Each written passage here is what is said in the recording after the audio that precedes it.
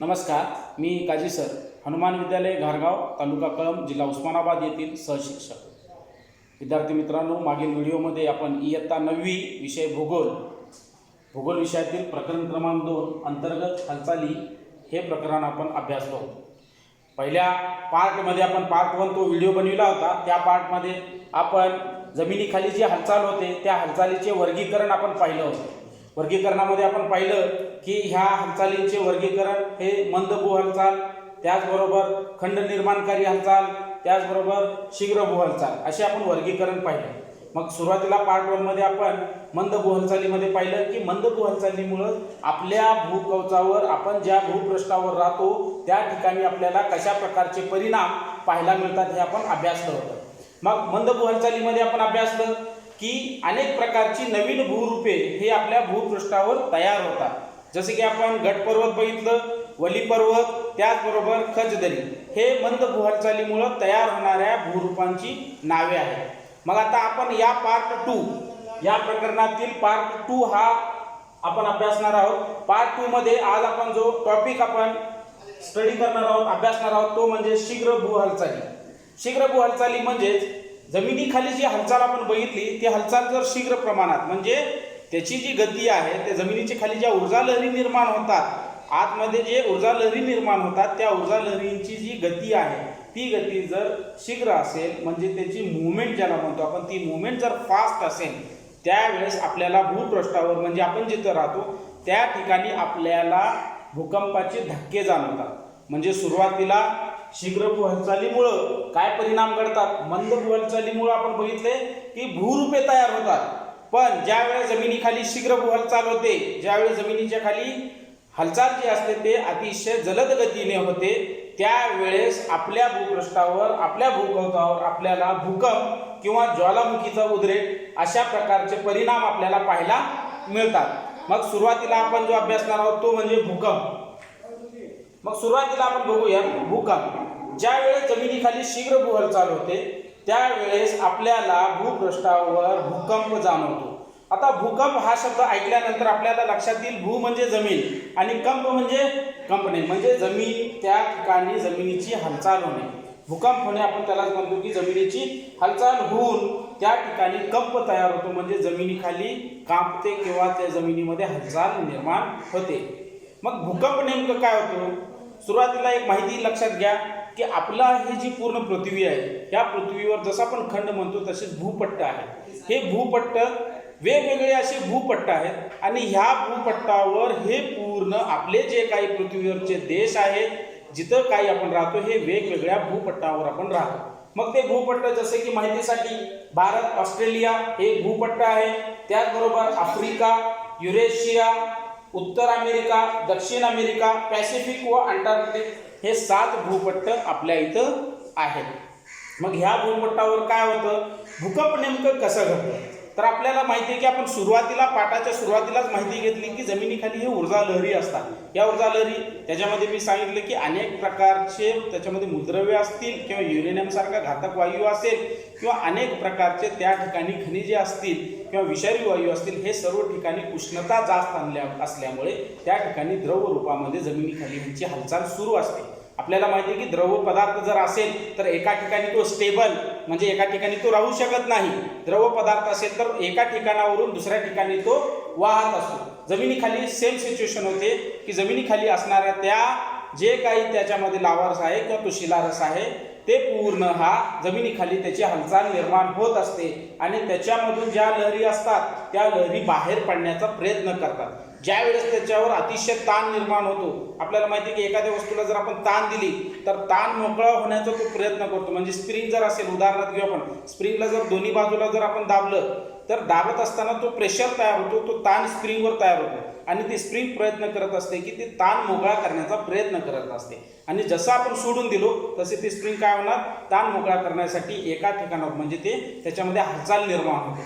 तसं जमिनीखाली हे जे आतमध्ये लहरी आहे त्या लहरीवर ताण निर्माण होतो आणि ह्या लहरी आपल्या ताण मोकळा करण्यासाठी, आपला ताण मोकळा करण्यासाठी ते वर येण्याचा प्रयत्न करतात, म्हणजे भूपृष्ठावर येण्याचा प्रयत्न करत असतात. आणि ज्या वेळेस ह्या लहरी वर येतात, इथे एक डायग्राम दाखवलेली आहे भूकंप लहरींचे प्रकार.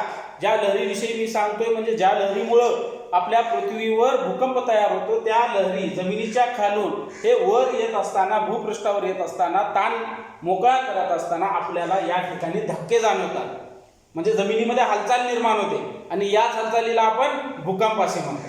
मग भूकंप होण्याची कारणे आहेत, जसे की मी सांगितले, ही भूपट्ट आहेत, 7 जे भूपट्ट आहेत, त्या भूपट्टावर आपली ही पूर्ण पृथ्वी, ही पूर्ण देश त्याच्यावर आहेत. हे भूपट्ट ज्यावेळेस सरकतात, ज्यावेळेस एकमेकावर आदळतात, ज्यावेळेस एकमेकावरून खालीवर होतात, किंवा भूपट्ट म्हणजे जे जमिनीचे भाग सांगितलेत 7, ते ज्यावेळेस एकमेकाच्या खालीवर होतात किंवा एकमेकाला आदळतात, त्यावेळेस भूकंप होतो. आणि कधी कधी त्याच्यामधून ज्वालामुखीचा उद्रेक सुद्धा होतो, आणि ज्वालामुखीचा उद्रेक झाल्यानंतर सुद्धा भूकंप होतो. म्हणजे भूकंप ही गोष्ट कशी आली तर जमिनीखाली असणाऱ्या ऊर्जा लहरीमधून आपल्याला भूकंप पाहायला मिळतो. तर भूकंप मोजण्याचे पूर्वी जुनी पद्धत म्हणजे आपल्या पुस्तकामध्ये, पाठ्यपुस्तकामध्ये पेज क्रमांक 14 डायग्राम क्रमांक 2.11 हे डायग्राम दाखवलेले साधे भूकंप मापक यंत्र दाखवलेलं आहे त्यांनी.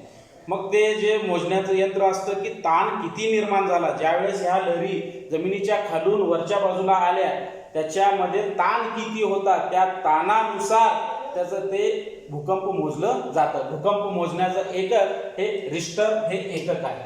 भूकंप जे मोजलं जातं ते रिश्टर या एककामध्ये मोजले जाते. मग आपण अनेक ठिकाणी बघितले किंवा पुस्तकाच्या सुरुवातीला सुद्धा जपानमध्ये या ठिकाणी घडलेल्या भूकंपाचं उदाहरण हे दिलेलं आहे. मग ह्या भूकंप जे मोजण्याचं जे एकक आहे ते रिश्टर हे एकक आहे. आता त्याच्यानंतर पुढील भाग पाहूयात आपण की भूकंप लहरींचे प्रकार. आता जे मी तुम्हाला सांगितलं की लहरी जे असतात, वेव्स ज्याला म्हणू आपण, त्या खाली लहरी काय करतात, ताणमुक्त होण्यासाठी आपल्या पृथ्वीवर वरच्या दिशेला येण्यासाठी प्रयत्न करतात. आणि ज्या वेळेस हे वर येतात त्यावेळेस आपल्या जमिनीला धक्के बसतात आणि त्यालाच आपण भूकंप म्हणतो. मग ह्या भूकंप लहरींचे 3 प्रकार करण्यात आलेले आहेत. या भूकंप लहरींचे 3 प्रकार करण्यात आलेले आहेत. नंबर 1 प्राथमिक लहरी, नंबर 2 दुय्यम लहरी,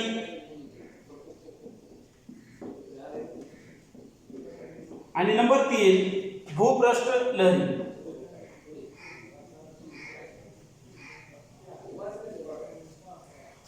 मग ह्या लहरीनुसार आपल्याला आपल्या भूगोलावर, आपल्या भूपृष्ठावर त्याचे परिणाम दिसतात. ह्या लहरीवर आहे. म्हणजे भूकंप ज्या वेळेस होतो, कधी कधी बघा भूकंप असं होतो की फक्त आपल्या काय बिल्डिंग असतील किंवा घरं असतील ते हलतात, पडत नाहीत पूर्णतः. कधी कधी असा भूकंप होतो की फक्त जमीन सरकते, जमिनीला भेगा पडतात. आणि कधी कधी असं होतो की पूर्णतः म्हणजे ह्या आपल्या भूकवचार असणारे ते आपले घरे असतील किंवा इतर काही झाडे असतील किंवा कुठलंही जी गोष्ट असेल ते पूर्णतः नष्ट होतात.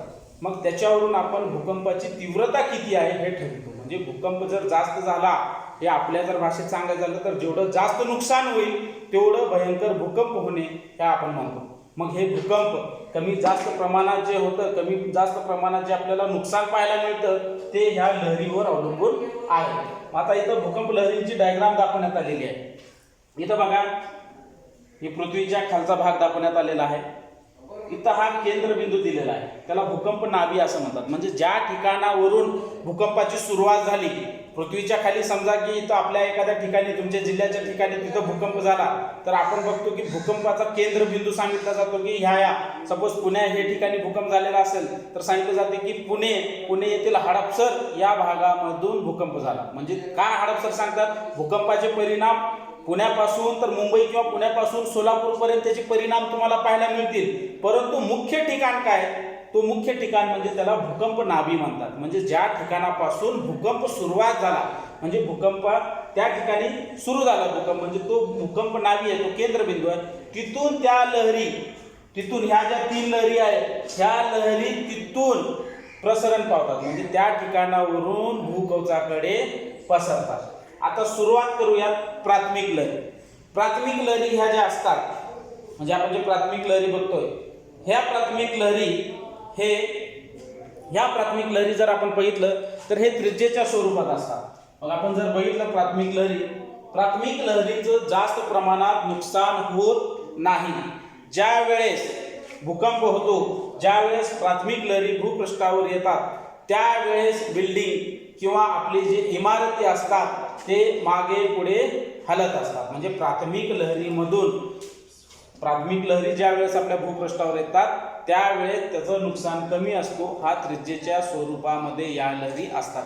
म्हणजे सरळ मार्गाने, सरळ ज्याला म्हणू आपण की डायरेक्ट त्याचा मारा वर होत नाही, तर हा क्रॉसमध्ये ज्याला म्हणू आपण, अशा क्रॉसमध्ये ह्या लहरी पसरतात आणि ह्या लहरीचं नुकसान हे जास्त होत नाही. म्हणजे हानी ज्याला म्हणू आपण, हानी जास्त प्रमाणात करत नाही.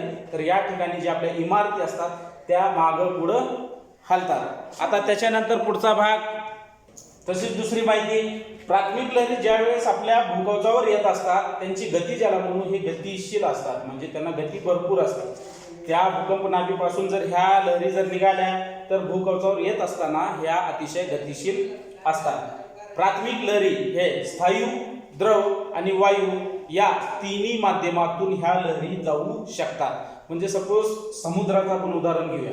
समुद्राच्या खाली सुद्धा जमीन असते, आपण अभ्यासलेलं आहे. समुद्राच्या खाली जर त्या लहरी निर्माण झाल्या तर समुद्रातून सुद्धा ह्या लहरी भूपृष्ठावर म्हणजे वर येऊ शकतात. समुद्रामध्ये सुद्धा ह्या लहरी येऊ शकतात. म्हणजे प्राथमिक लहरी ह्या स्थायू, द्रव आणि वायू या तिन्ही माध्यमातून ह्या प्राथमिक लहरी प्रवास करू शकतात किंवा या तिन्ही माध्यमातून ह्या लहरी येऊ शकतात.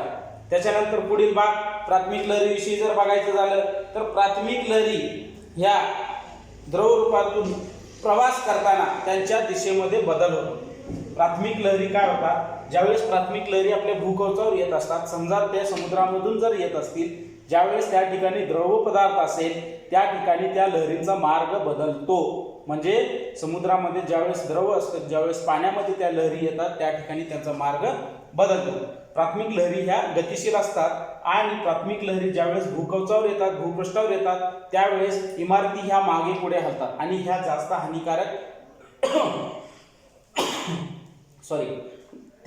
हानिकारक नसतात. म्हणजे दुसऱ्या लहरींच्या तुलनेने हानिकारक असतात, पण इतर ज्या लहरी आपण अभ्यासणार आहोत त्याच्याशी जर तुलना केली तर ह्या लहरी एवढ्या हानिकारक नसतात. आता पुढे पाहूयात आपण दुय्यम लहरी. आता इथं तुम्ही खाली पाहू शकता दुय्यम लहरी, इथं लिहिले आहे डायग्राम. तर भूकंप नाभीपासून जर तुम्ही बघितलं, दुय्यम लहरी ह्या तुम्हाला दिसत असतील की ह्या खालच्या दिशेला म्हणजे आपल्या पृथ्वीच्या खालच्या दिशेला जात असताना आपल्याला दिसत आहेत. दुय्यम लहरी जर आपण पाहिलं तर दुय्यम लहरी ह्या भूकंप नाभीपासून ज्या वेळेस निघतात त्यावेळेस त्या सर्व दिशेनं पसरतात. प्राथमिक लहरी जसं आपण सांगितलं त्रिज्येच्या स्वरूपामध्ये पसरतात, दुय्यम लहरी ह्या सर्व दिशेला पसरतात. पण दुय्यम लहरींची गती हे प्राथमिक लहरीपेक्षा कमी असते. जसं मी सांगितलं की प्राथमिक लहरी ह्या खूप गतिशील असतात, पण दुय्यम लहरी ह्या प्राथमिक लहरीपेक्षा कमी गतिशील असतात. म्हणजे त्याची गती ही कमी असते. प्राथमिक लहरीमध्ये आपण पाहिलं की प्राथमिक लहरीमध्ये ज्यावेळेस भूपृष्ठावर प्राथमिक लहरी येतात त्यावेळेस इमारती ह्या मागं पुढे हलतात. आपण पाहिले किंवा आपण प्रत्यक्ष जरी अनुभव घेतला नसेल तरी आपण मूव्हीजमध्ये, पिक्चरमध्ये, अनेक ठिकाणी आपण व्हिडिओजमध्ये पाहिले की ज्यावेळेस भूकंप होतो कधी कधी बिल्डिंग बघा असं मागं पुढे हलतात. मागं पुढे ज्यावेळेस बिल्डिंग हलतात याचा अर्थ की त्या प्राथमिक लहरी आहे. आणि ज्यावेळेस दुय्यम लहरी आपल्या भूपृष्ठावर येतात त्यावेळेस हालचाल ही खाली वर होतात. म्हणजे प्राथमिक लहरीमध्ये जर सांगितलं बिल्डिंग मागं पुढे होतात, तसं दुय्यम लहरीमध्ये ह्या दुय्यम लहरी सर्व ठिकाणी पसरतात आणि दुय्यम लहरीमध्ये इमारती ह्या खालीवर होतात. म्हणजे जमिनीचा जो भाग आहे तो खालीवर होतो. आपण ते सुद्धा आपण पाहिलं आहे मूव्हीजमध्ये किंवा तुम्ही पाहिलं असताना की जमीन कधी कधी असं दाखवतात बघा, खालीवर दाखवली जाते. म्हणजे इमारती ह्या खालीवर हलतात दुय्यम लहरी. आणि दुय्यम लहरी ह्या प्राथमिक लहरीपेक्षा जास्त घातक असतात. दुय्यम लहरी ह्या प्राथमिक लहरीपेक्षा जास्त घातक असतात. मी सुरुवातीला प्राथमिक लहरीमध्ये सांगितलं की प्राथमिक लहरी तेवढ्या हानिकारक नसतात, हानिकारक असतात, पण जर दुय्यम लहरी आणि भूपृष्ठ लहरी यांच्याशी जर आपण तुलना केली तर प्राथमिक लहरी ह्या तेवढ्या प्रमाणात हे हानिकारक नसतात. तर दुय्यम लहरी ह्या प्राथमिक लहरीपेक्षा जास्त हानिकारक असतात. दुय्यम लहरी ह्या सर्व ठिकाणी पसरतात. आता त्याच्यानंतर लास्ट आहे तो म्हणजे भूपृष्ठ लहरी. आता भूपृष्ठ लहरी जर आपण पाहिलं इथं तुम्हाला लाईन दिसत असतील ते झिगझॅग लाईन ज्याला म्हणू आपण. या लाईन पूर्ण पृथ्वीवर इथं डायग्राम मध्ये असं दाखवले की एका कोपऱ्यापासून दुसऱ्या कोपऱ्यापर्यंत ह्या लाईनी पसरलेल्या आहेत. हे झिगझॅग लाईन म्हणजे भूपृष्ठ लहरी आहेत, म्हणजे त्याला आपण सरफेस वेव्ह सुद्धा असं म्हणू शकतो. या लहरी काय होतात, एका ठिकाणी मर्यादित राहत नाहीत. एका ठिकाणी ते मर्यादित न राहता ते ज्या ठिकाणी भूकंपाचा केंद्रबिंदू आहे किंवा भूकंप नाभी ज्या ठिकाणी आहे तिथून ते आसपासच्या परिसरामध्ये पसरतात. ह्या भूपृष्ठ लहरी या आसपासच्या परिसरामध्ये पसरतात आणि हे अतिशय घातक, म्हणजे या प्राथमिक लहरी आणि दुय्यम लहरीपेक्षा भूपृष्ठ लहरी हे अतिशय घातक असतात. मग ह्या ज्या भूपृष्ठ लहरी असतात ह्या भूपृष्ठ लहरी परिघाच्या दिशेने म्हणजे पसरतात आणि भूपृष्ठ लहरी ह्या त्यांची सुरुवात ह्या भूकंप नाभी ज्याला आपण म्हणलेलं आहे भूकंप नाभीपासून होत नाही, तर ज्या वेळेस या भूकंप नाभीपासून लहरी भूपृष्ठावर येऊन पोहोचतात, ज्यावेळेस ह्या आपल्या भूकवचावर ह्या भूपृष्ठावर येऊन पोहोचतात त्यानंतर भूपृष्ठ लहरी ह्या तयार होतात. म्हणजे भूपृष्ठ लहरी या भूकंप नाभीपासून तयार होत नाहीत, म्हणजे सुरुवात तिथूनच होत नाही. तर ज्या वेळेस ह्या लहरी आपल्या भूकवचावर आपल्या भूपृष्ठावर येतात त्यावेळेस ह्या ठिकाणी ह्या भूपृष्ठ लहरी तयार होतात आणि ह्या भूपृष्ठ लहरी या प्राथमिक लहरी आणि दुय्यम लहरी या दोन्ही लहरीपेक्षा अतिशय घातक असतात. आणि यामध्ये जर आपण बघितलं जसं की आपण भूकंप जे झाला किंवा अतिशय विनाशकारी भूकंप झाला म्हणतो, घरं पडले किंवा इमारती पडल्या असतील किंवा इतर प्रकारचं नुकसान असेल काही आपण जे बघतो तर ते जास्त करून जे घातक लहरी आहेत त्या भूपृष्ठ लहरीपासून हे नुकसान झालेलं असतं. म्हणजे ज्या ठिकाणी भूपृष्ठ लहरीपासून भूकंप तयार झाला, ज्या ठिकाणी भूकंप लहरीपासून भूकंपाची निर्मिती झाली त्या ठिकाणी अतिशय आपल्याला नुकसान पाहायला मिळतात. मग आपण ह्या तीन लहरी भूकंपामध्ये आपण ह्या तीन लहरींचा अभ्यास केला. प्राथमिक लहरी, दुय्यम लहरी आणि भूपृष्ठ लहरी या वेगवेगळ्या तीन लहरी आहेत आणि ह्या तीन लहरींच्या माध्यमातूनच आपल्याला भूपृष्ठावर आपल्या भूकवचावर आपल्याला भूकंप पाहायला मिळतो. आता यानंतर आपण बघूयात की भूकंप झाल्यानंतर आपण जे परिणाम होतात किंवा आपल्याला काय परिणाम पाहायला मिळतात. तर भूकंप झाल्यानंतर एकतर जमिनीला तडे पडतात, जीवितहानी होते, वित्तहानी होते, म्हणजे आर्थिक नुकसान सुद्धा इमारती पडणे असेल किंवा कुठल्याही प्रकारचं जर नुकसान झालं ते आपली वित्तहानी असेल किंवा कुठल्याही जीवितहानी ह्यामध्ये घडू शकते. त्याचबरोबर अनेक वेळा काय होतं, वाहतुकीचे मार्ग सुद्धा खंडित होतात, दळणवळण साधने हे बंद पडतात, रस्ते जर बंद पडले म्हणजे एखाद्या जमिनीमध्ये जर भेगा पडले, जमिनीचे दोन भाग झाले तर इनडायरेक्टली ते काय झालं, आपले वाहतुकीचे मार्ग हे बंद झाले. त्याला आपण दळणवळणची सेवा सुद्धा म्हणू शकतो, दळणवळणची सेवा सुद्धा बंद होते. त्यानंतर संदेशवहन सेवा कोलमडते. संदेशवहन आजकाल आपण जे बघतोय की मोबाईल असेल, इंटरनेट असेल, हे टावर्स असतील किंवा ते आपल्या जमिनी खालून गेलेल्या त्या वायरी असतील, जर भूकंप झाला तर ह्यांना सुद्धा नुकसान होऊ शकतो आणि याच्यामुळे आपली संदेशवहन सेवा सुद्धा कोलमडू शकते, म्हणजे बंद पडू शकते. अनेक वेळा ज्या तळे असतील किंवा नद्या असतील ते पाण्याची जी दिशा असते भूकंपामुळे कधी कधी पाण्याची दिशा सुद्धा बदलते, म्हणजे उताराची दिशा बदलू शकते. सपोज एखादी नदी वाहत उत्तरेकडून दक्षिणेकडे येत असेल, उत्तरेकडून दक्षिणेकडे ती नदी वाहत असेल, याचा अर्थ असा आहे की दक्षिणेकडे उतार असल्यामुळे ती नदी दक्षिणेकडे वाहत आहे. समजा भूकंप झाल्यानंतर कधी काळी काय होतं की दक्षिणेकडचा उत्तरेकडचा जमिनीचा भाग हा दक्षिणेकडच्या जमिनीच्या भागापेक्षा खाली जातो, म्हणजे ही जमीन खाली जाते.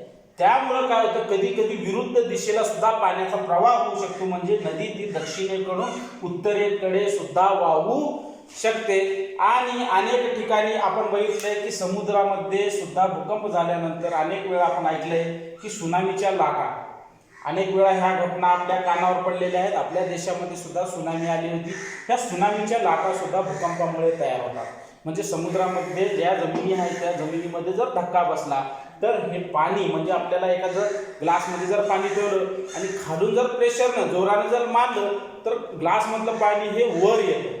कशामुळं, खालच्या बसलेल्या धक्क्यामुळं. मग समुद्रामध्ये सुद्धा तसंच होतं. त्या भूकंप झाल्यामुळं समुद्राच्या पाण्याला खालच्या दिशेनं दाब बसतो आणि हा दाब बसल्यामुळं समुद्रामध्ये मोठमोठ्या लाटा निर्माण होतात आणि त्यालाच आपण सुनामीच्या लाटा म्हणतो. मग या लाटामुळे आपल्याला माहिती आहे की समुद्रकिनारी जे काही भाग आहे, समुद्रकिनारी जे काही वस्ती आहे, समुद्रकिनारचा जो काही प्रदेश आहे त्या लाटामुळं त्या प्रदेशाला, त्या भागाला नुकसान सहन करावं लागतो किंवा त्या ठिकाणी नुकसान होतं. म्हणजे हे झाले भूकंपाचे परिणाम.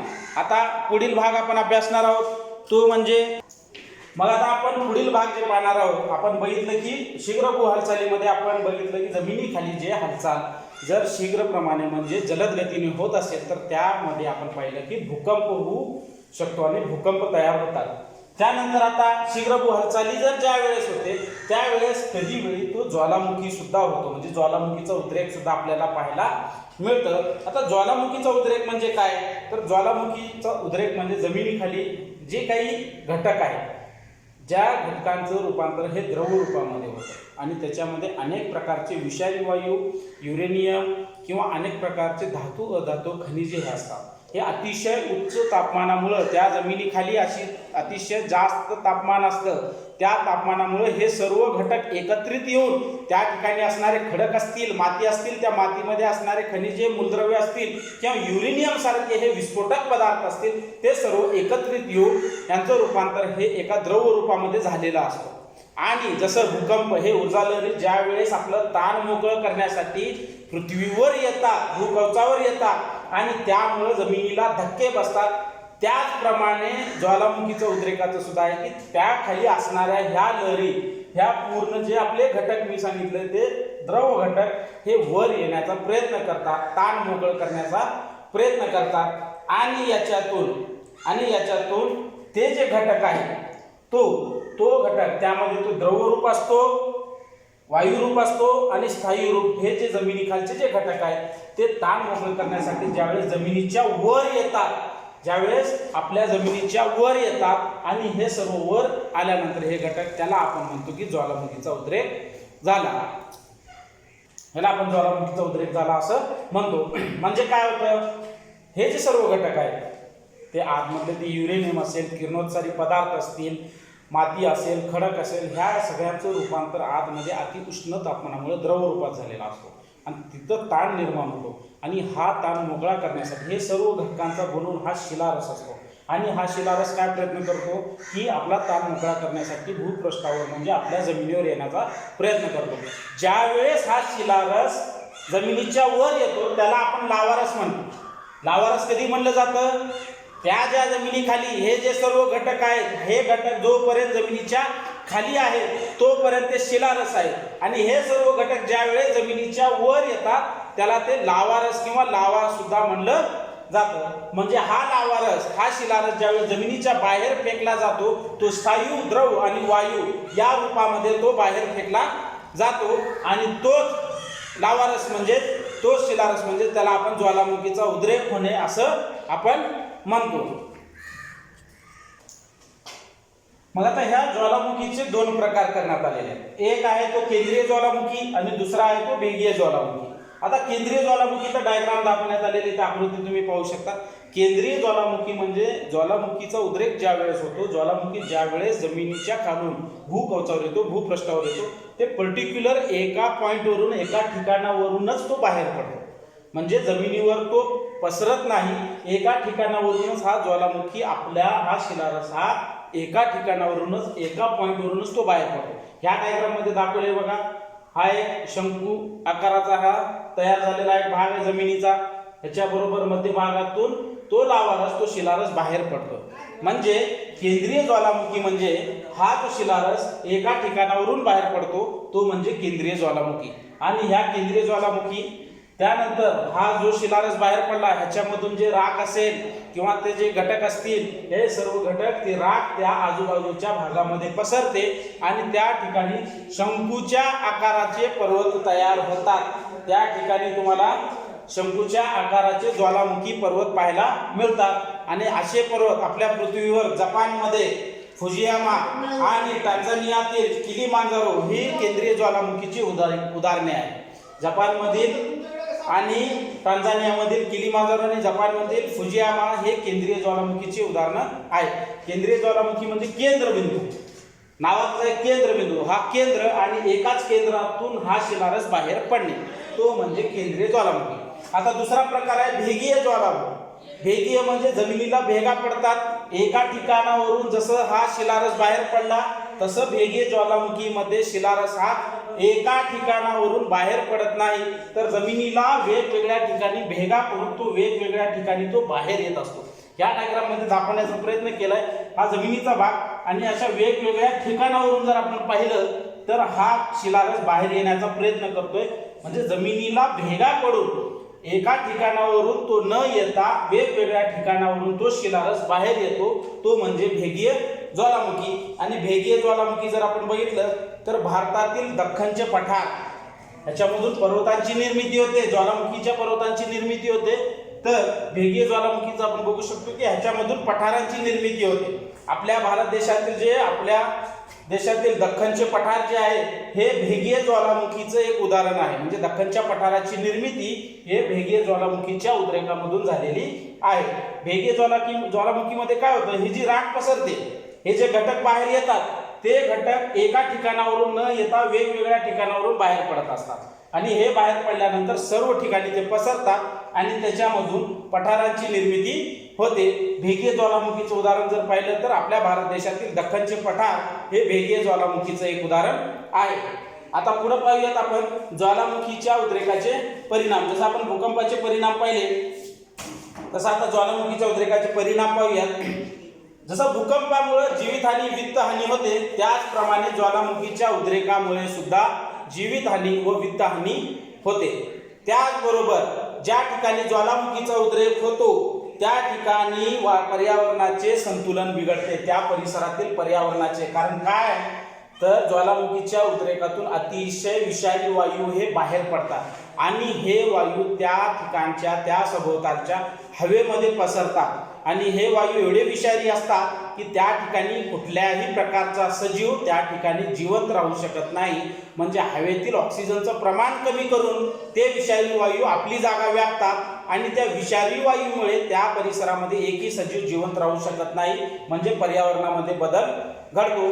त्याचबरोबर ज्वालामुखीचा उद्रेक ज्या ठिकाणी होतो त्या अनेक वेळा त्या ठिकाणी महासागरामध्ये ज्यावेळेस ज्वालामुखीचा उद्रेक होतो त्यावेळेस सुनामीच्या लाटा सुद्धा निर्माण होतात। भूकंपामध्ये आपण पाहिलं की जमिनीच्या खाली समुद्रामध्ये जर भूकंप झाला तर त्या ठिकाणी लाटा निर्माण झाल्या, त्याला आपण सुनामीच्या लाटा जे म्हणलं, तशाच प्रकारे समुद्रामध्ये सुद्धा जर ज्वालामुखीचा उद्रेक झाला तर त्यामधून सुद्धा सुनामीच्या लाटा निर्माण होऊ शकतात। आणि त्यात आता हे आपण ड्रॉबॅक्स बघितले, त्याची आपण हानी बघितली, त्याचे आपण नुकसान पाहिले।